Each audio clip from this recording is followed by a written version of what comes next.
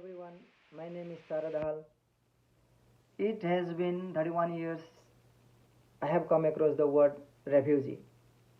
It was in 2001 when the world started celebrating World Refugee Day. I was a refugee in one of the refugee camps in eastern Nepal.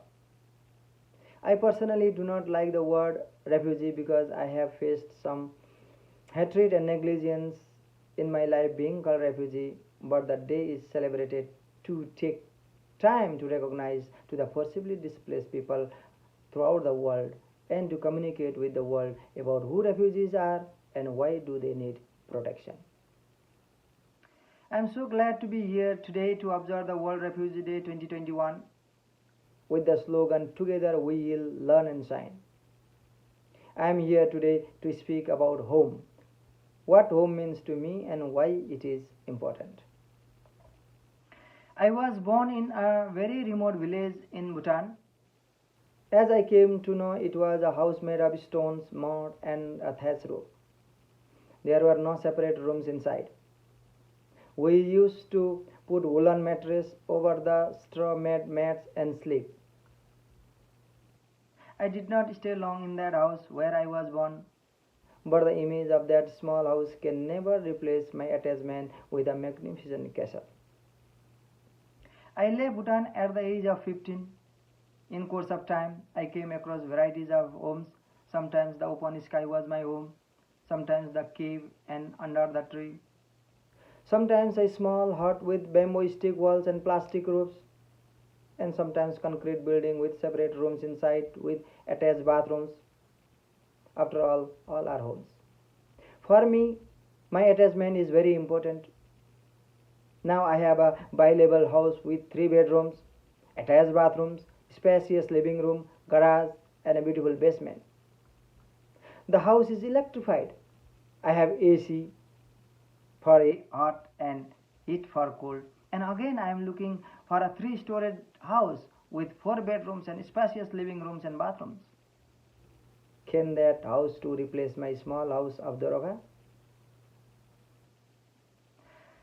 Sometimes I sit alone outside and think, no, no one can replace that. The house where I was born was dusty sometimes. It was dark without electricity, no bathrooms and restrooms 100 meters away from my home, but I still love that house. Just 2 years ago, I got a chance to talk with one of my neighbors who is still there. It was a video call. I asked him about my old house. He went with his camera on and showed the house. There was no sign of house at all. He was telling some years ago it was somehow standing, but now all collapsed and disappeared. He went on telling the story of more than 25 years. I could not hold my tears. Heavy rain rolled down my eyes. This video really took me to that place. I could not speak at all, just went on hearing him. Sometimes he was also too emotional because he remembered the yard where he used to play with me. He said he did not like to go there very often as he cannot control himself. The house is no more and the base is covered by thick bush.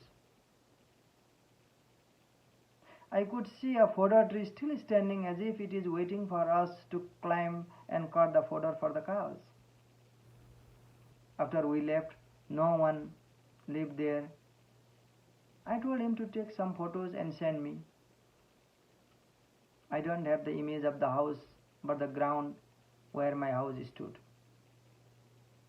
I see a lot of changes.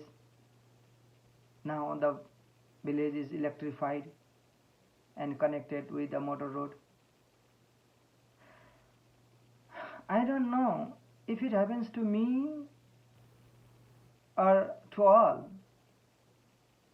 If someone If some miracles happens and someone asks me for my wish, if I am asked to choose only one wish, I would definitely ask to visit my remote village where I was born and see my old house once, instead of asking to visit Disneyland of Florida, Hollywood of California, Eiffel Tower of Paris, or Taj Mahal of India.